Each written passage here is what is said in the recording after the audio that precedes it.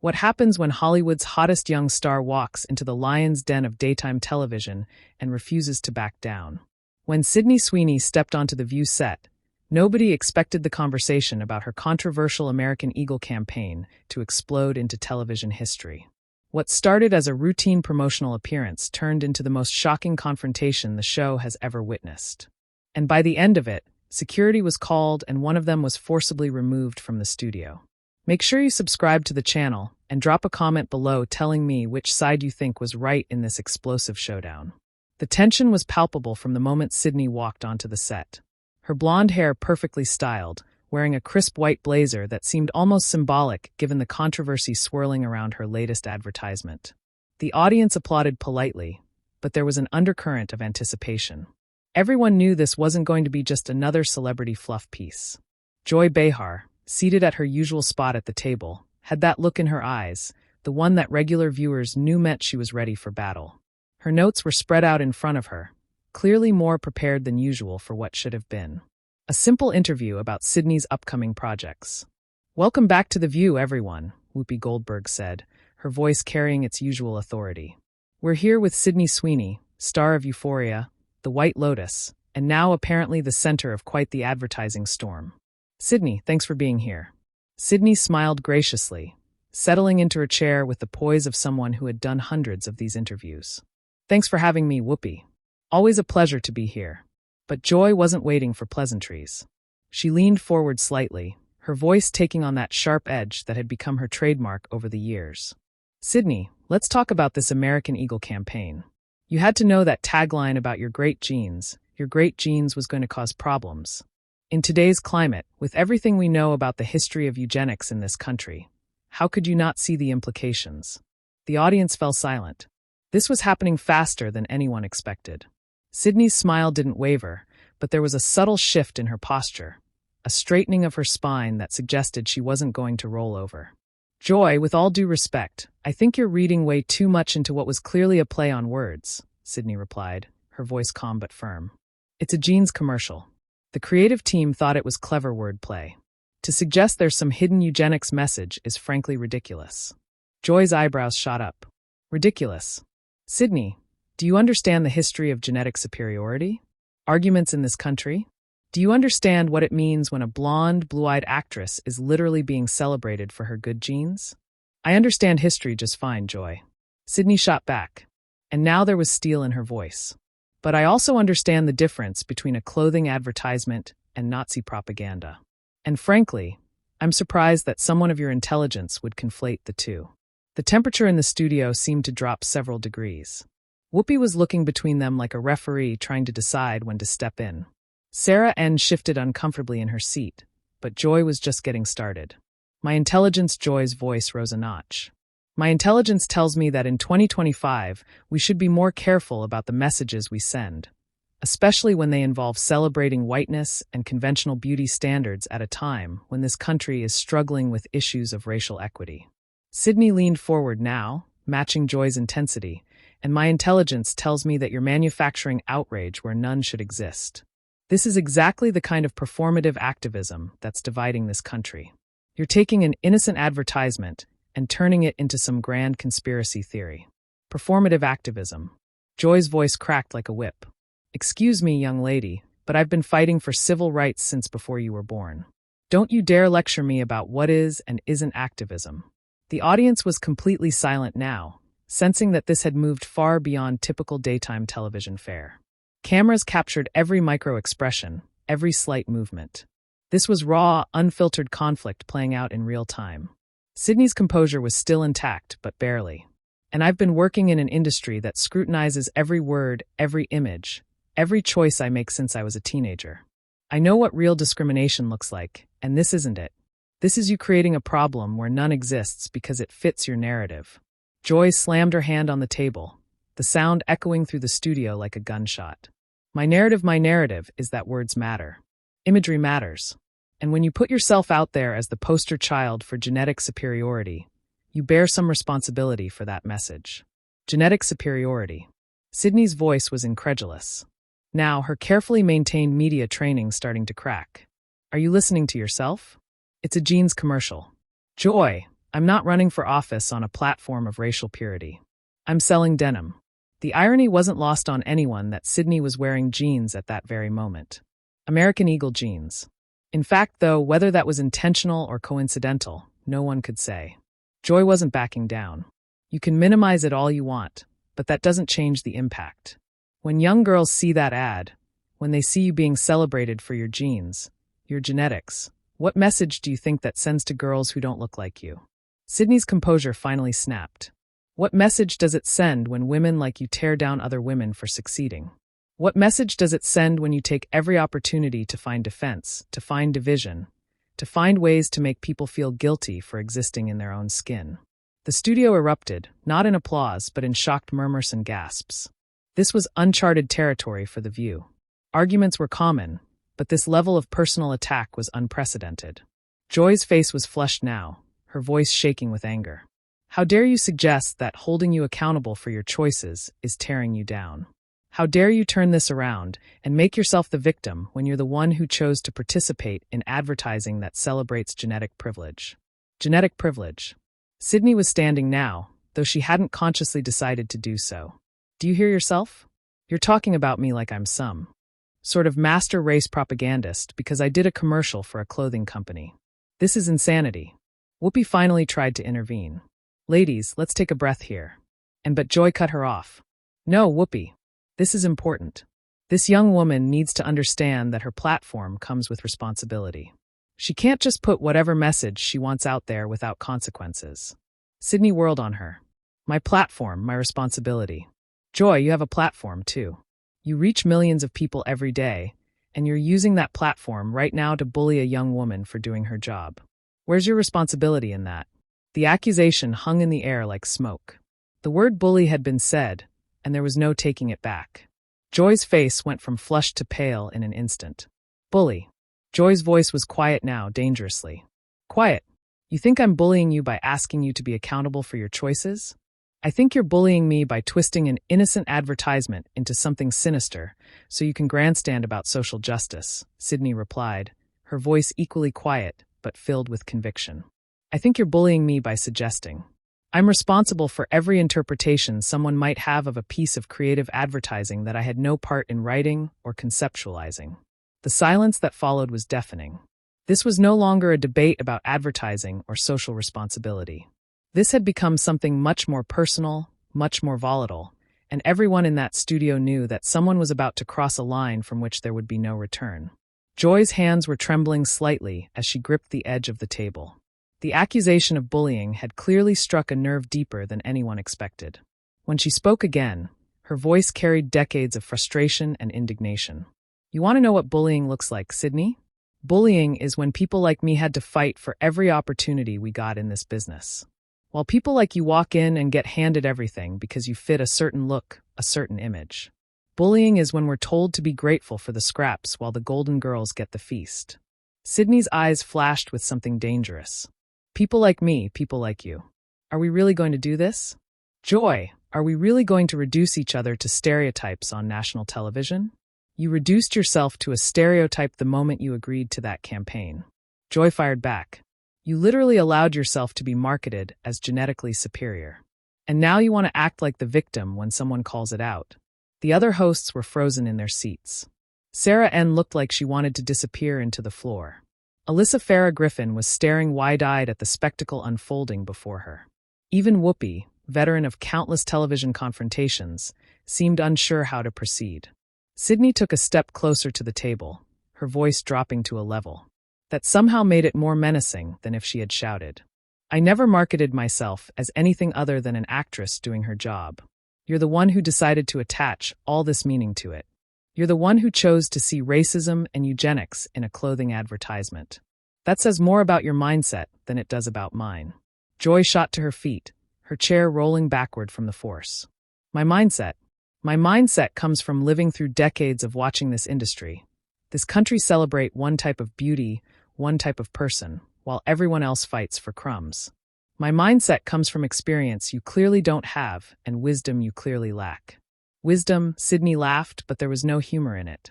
Is it wisdom to attack someone for their appearance? Is it wisdom to suggest that I'm somehow less deserving of opportunities because of how I look? Because that's exactly what you're doing right now. The audience was completely silent, but the tension was so thick it was almost audible. Cameras continued to roll, capturing every moment of what was quickly becoming the most explosive daytime television moment in years. Joy's voice rose again, all pretense of professional composure abandoned. I'm saying that with great privilege comes great responsibility, and you're shirking that responsibility by pretending your choices don't have consequences. And I'm saying that you're manufacturing consequences that don't exist. Sydney shot back. You're creating division where there should be none. You're turning a simple commercial into a racial battleground because it serves your political agenda. Political agenda? Joy's voice cracked with indignation. My political agenda is equality. My political agenda is making sure that young girls of all colors see themselves represented in media, not just blonde, blue-eyed actresses selling the idea that their genetics make them special. Sydney moved even closer to the table now, her voice deadly quiet. And my agenda is doing my job without being lectured by someone who thinks she has the moral authority to police every decision I make. Your equality looks a lot like tearing down other women to make yourself feel superior. That was the breaking point. Joy's face contorted with rage, and she leaned forward over the table. Superior. You want to talk about superior? You're standing there lecturing me about women supporting women, while you participate in advertising that literally celebrates genetic superiority.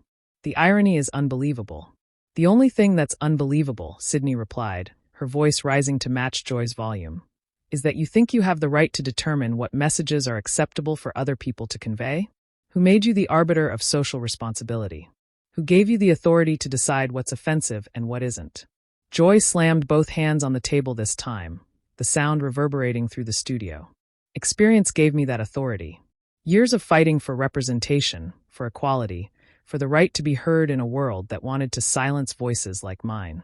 Something you wouldn't understand, because you've never had to fight for anything. Sydney's composure finally shattered completely. Never had to fight for anything. Are you serious right now? Do you have any idea what it's like to have every aspect of your appearance, your talent, your worth dissected by people like you? Do you know what it's like to be told you're only successful because of how you look, not because of your work, your dedication, your skill? Boo-hoo, Joy said, her voice dripping with sarcasm. Poor little Sydney, criticized for participating in problematic advertising. Meanwhile, women of color can't even get cast in major roles, but sure, you're the real victim here. The sarcasm was a mistake. Sydney's eyes blazed with fury. And when she spoke, her voice carried a venom that shocked everyone in the studio. You know what, Joy? You're right. I am blonde. I am conventionally attractive by Hollywood standards. And yes, that has probably opened doors for me. But you know what else? I work 16-hour days. I study every script until I know it backwards. I do my own stunts, and I try to bring something real to every character I play. But none of that matters to you, does it? All you see is the package, not the person inside it. Joy wasn't backing down. The package is exactly the problem when that package is being used to sell the idea that some people are genetically better than others. Nobody is selling that idea except you.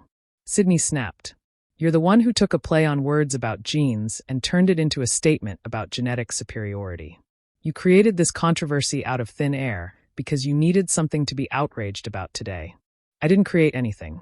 Joy shouted, her professional demeanor completely gone now. The implications were always there.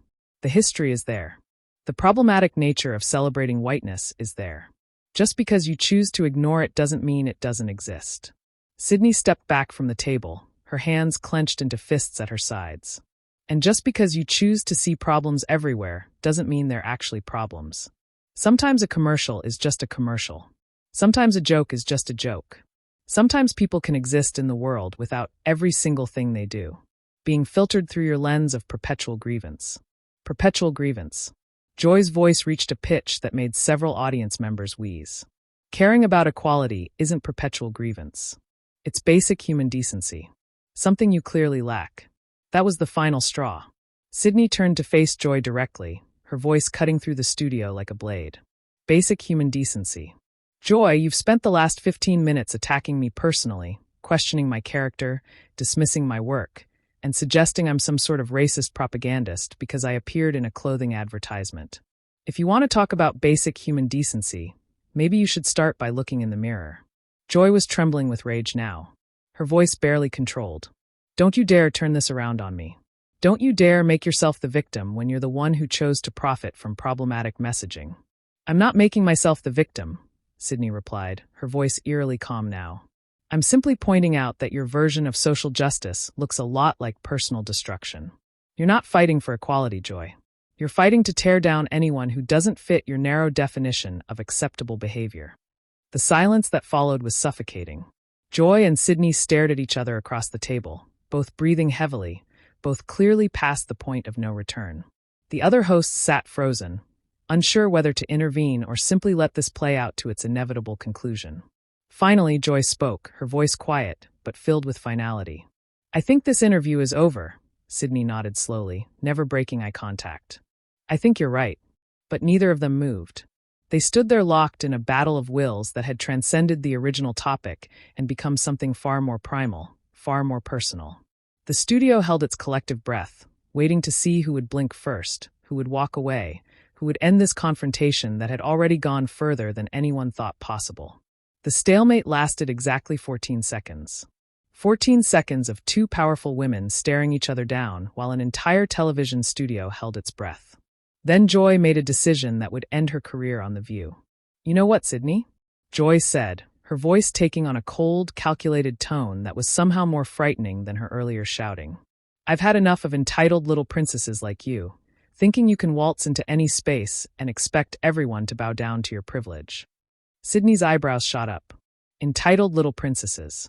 Joy, you're on national television calling. A guest names because she disagreed with you. Who exactly is acting entitled here? I'm acting like someone who's tired of watching this country slide backward while people like you profit from it. Joy replied, moving around the table now, closing the distance between them. I'm acting like someone who remembers when we actually fought for progress instead of just posing for magazine covers. Whoopi finally found her voice. Joy, I think we need to take a commercial break. But Joy ignored her completely, her focus laser focused on Sydney. You want to know what your problem is? You've never had to struggle for anything real in your life. You've never had to prove you belonged anywhere. You just showed up looking the right way and everyone handed you everything. Sydney's calm facade cracked again. You don't know anything about my life, Joy. You don't know what I've sacrificed, what I've worked for, what I've overcome. You're making assumptions based on nothing but your own prejudices. Prejudices? Joy laughed bitterly. That's rich coming from someone who literally profits from genetic prejudice. There it is again, Sydney said, shaking her head in disbelief. The genetic prejudice conspiracy theory. Joy, listen to yourself. You're so desperate to be offended that you're inventing racism where none exists. Joy stepped closer, now within arm's reach of Sydney. I don't need to invent racism, sweetheart. It's been here all along. You're just too privileged to see it. The condescension in Joy's voice when she said, sweetheart, was unmistakable, and it hit Sydney like a physical blow. Her composure, already hanging by a thread, finally snapped completely. Don't you dare condescend to me, Sydney said, her voice low and dangerous. Don't you dare stand there and lecture me about privilege while you use your platform to bully guests who don't agree with your worldview. Bully. Joyce stepped even closer, her voice rising again. You keep using that word. I don't think you know what it means. I know exactly what it means. Sydney shot back, not backing down an inch. It means using your power to intimidate someone weaker than you. It means ganging up on someone who can't fight back on equal terms. It means exactly what you're doing right now. Joy's face was inches from Sydney's now, both women vibrating with barely contained fury. If you think I'm bullying you, little girl, then you have no idea what real bullying looks like. Little girl, did you just call me little girl? The studio was so silent you could hear the cameras humming. Every person in that room knew they were witnessing something that would be talked about for years, something that would probably end careers and change lives. Joy's response was barely above a whisper, but it carried clearly through the studio. If the shoe fits, that was it. Sydney took a step forward, bringing them face to face, her voice cutting like glass. The only thing that fits here, Joy, is your reputation as a bitter old woman who can't stand to see younger women succeed. The gasp from the audience was audible. Calling Joy Behar, a bitter old woman on live television, was crossing every possible line, and everyone knew it. Joy's reaction was immediate and volcanic. How dare you? How dare you come into my house and disrespect me like that? Your house? Sydney laughed, but it was a harsh, ugly sound. This isn't your house, Joy. This is a television studio where you're supposed to be a professional. But instead you're acting like a jealous teenager who can't handle anyone getting attention that isn't you. Joy raised her hand. And for a terrifying moment, it looked like she might actually strike Sydney. The gesture sent shock waves through the studio. And finally, security began moving. That's enough. Whoopi's voice boomed through the studio with an authority that commanded attention. Security, please escort Miss Sweeney from the building. Sydney spun around, her face a mask of disbelief. Excuse me, you're kicking me out. She's the one who just tried to hit me. I said, that's enough, Whoopi repeated, her voice brewing no argument. This interview is over. 2 security guards approached Sydney, their expressions professional but firm. Sydney looked around the studio, seeing the shocked faces of the audience, the frozen expressions of the other hosts, and finally Joy's triumphant smirk. This is unbelievable, Sydney said, her voice carrying clearly through the studio as the security guards flanked her. I come here to do a promotional interview, and I get ambushed by someone who thinks disagreeing with her worldview is a crime. Got exactly what you deserved. Joy called out, unable to resist one final shot. Sydney stopped walking and turned back toward the table, her voice ringing with conviction. You know what I got? Joy. I got a perfect demonstration of everything that's wrong with cancel culture. I got to see firsthand how someone can twist an innocent advertisement into a weapon and then use that weapon to destroy someone's reputation. The security guards gently but firmly took Sydney's arms, beginning to escort her toward the exit. But Sydney wasn't finished. And you know what else I got? She called out, her voice carrying over the stunned silence. I got to show everyone watching exactly what happens when you refuse to apologize for things you didn't do wrong. When you refuse to bow down to the mob, when you stand up for yourself instead of letting bullies tear you down. Joy started to respond, but Whoopi cut her off with a sharp gesture. The cameras continued rolling as Sydney was led away, her head held high, her dignity intact despite the circumstances. Ladies and gentlemen, Whoopi said, her voice strained with the effort of maintaining professional composure, we're going to take a commercial break. But as the red recording lights dimmed, everyone in that studio knew that what they had just witnessed would be dissected, analyzed, and debated for months to come.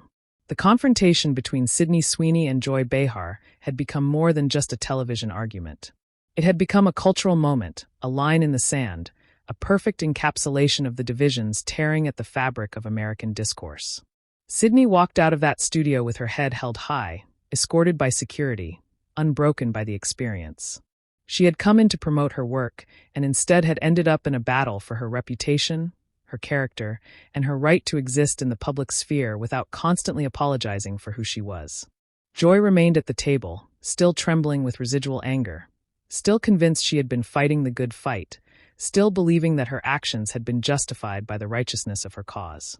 And somewhere in the middle of it all, the truth lay buried under layers of assumption, interpretation, and ideological warfare, waiting for someone brave enough to dig it out and examine it in the cold light of day. What do you think? Was Sydney right to stand her ground against what she saw as bullying and manufactured outrage? Or was Joy justified in holding her accountable for participating in what she viewed as problematic messaging? Drop your thoughts in the comments below, and don't forget to hit that subscribe button for more explosive celebrity confrontations and behind-the-scenes drama that the mainstream media won't show you want.